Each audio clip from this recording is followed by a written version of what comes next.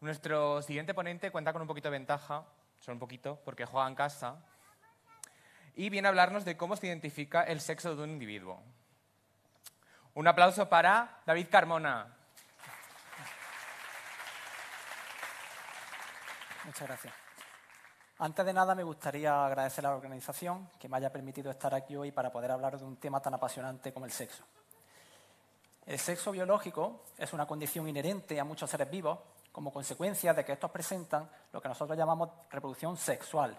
En este tipo de reproducción implica la presencia, la participación de dos individuos para generar uno nuevo y supuso un punto de inflexión crucial en la historia evolutiva de la eucariota hace más de 1.200 millones de años. Como muchos de vosotros sabréis, los organismos eucariotas son organismos bastante más complejos que las bacterias. Y esta complejidad se fue adquiriendo fundamentalmente por su forma sexual de reproducirse.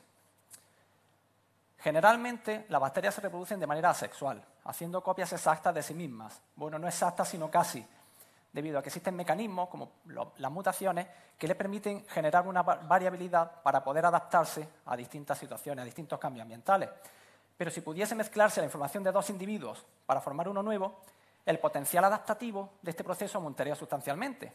Y bien, ¿cómo se consigue esto? Mediante la generación de gametos, que son células que contienen exactamente la mitad de la información de cada uno de los individuos progenitores y que se unen 2 a 2 en el proceso de la fecundación para dar lugar al nuevo individuo. Pues bien, durante la evolución de muchas especies de eucariotas se ha desarrollado una especialización a la hora de crear estos gametos, de forma que se han establecido 2 grupos diferenciados. Uno de ellos conformado por lo que denominamos individuos masculinos, que están especializados en la generación de un gran número de gametos con un tamaño pequeño y una gran movilidad. Y otro grupo que contiene a lo que denominamos individuos femeninos, especializados en un número menor de gametos, pero de mayor tamaño y sin movilidad. Pues bien, dicho esto, ¿qué es lo que hace que un individuo se desarrolle como masculino o como femenino? Bien, las primeras hipótesis sobre la determinación del sexo fueron formuladas por Aristóteles hace algo más de 2.300 años. Según este pensador griego, la determinación del sexo de un individuo dependía del calor, de la temperatura durante el coito, de forma que si el calor del semen era capaz de sobreponerse a la difícil tarea de vencer la frialdad de los fluidos vaginales, el sexo sería masculino y se desarrollaría un individuo completo. Si por el contrario la frialdad de la mujer vencía el calor varonil, el sexo sería femenino y el individuo que se formaba era un individuo incompleto que no tenía la capacidad de procrear, sino simplemente de actuar como horno para que se desarrollase el espermatozoide.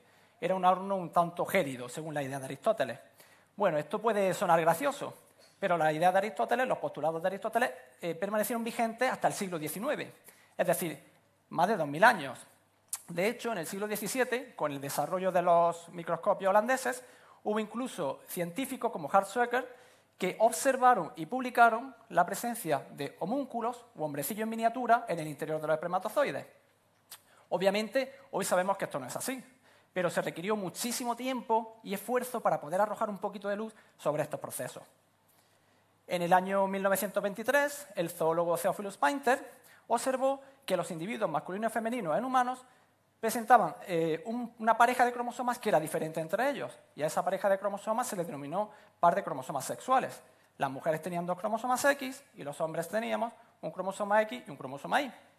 24 años después, el endocrinólogo Alfred Host observó que si durante el desarrollo embrionario, el desarrollo embrionario temprano de un conejo XY se le extirpaba su testículo, el individuo que nacía tenía sexo femenino en lugar de masculino.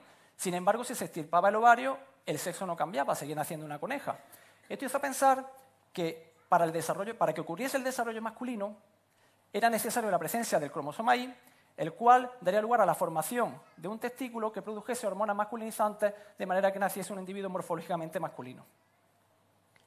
Por tanto, el cromosoma Y debería tener alguna información que iniciase esta ruta de diferenciación masculina. Comenzó entonces una búsqueda incansable de lo que se denominó el factor determinante de testículo, o TDF por sus siglas en inglés. En esta búsqueda se observó que mutaciones que hacían que se perdiesen regiones del cromosoma Y en distintas posiciones solamente producían un cambio en el sexo del individuo cuando estaban situadas en una posición muy concreta del brazo pequeño de dicho cromosoma, por lo que el TDF tendría que estar necesariamente en esa posición. Finalmente, en el año 1991, el grupo del profesor Lovelbach en Londres identificó el gen SRI como el factor determinante de testículo. Aquí tenéis la portada de la revista Nature, donde se publicó, y el making of de la fotografía de dicha portada.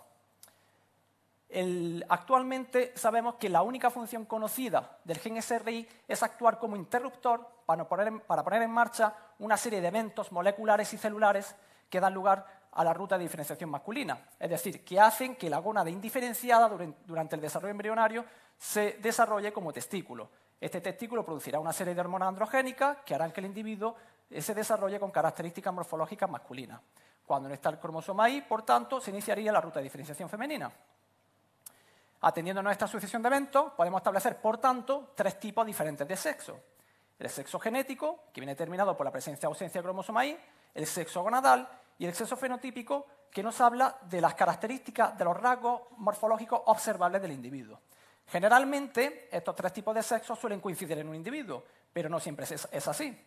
Por ejemplo, como he comentado anteriormente, existen casos donde se pierde una región del cromosoma Y que contiene al gen SRI.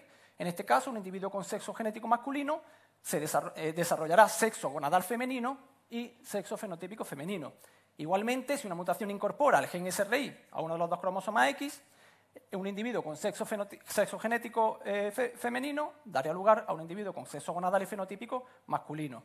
Estos son dos ejemplos de lo que nosotros llamamos procesos de reversión sexual primaria, aunque esto es un poquito más complicado, porque actualmente sabemos que además, para que ocurra el desarrollo femenino, hace falta que se expresen una serie de genes antitestículos para que mantengan a raya los genes protesticulares. De hecho, lo que hace SRI es desequilibrar la balanza en favor de los genes protesticulares.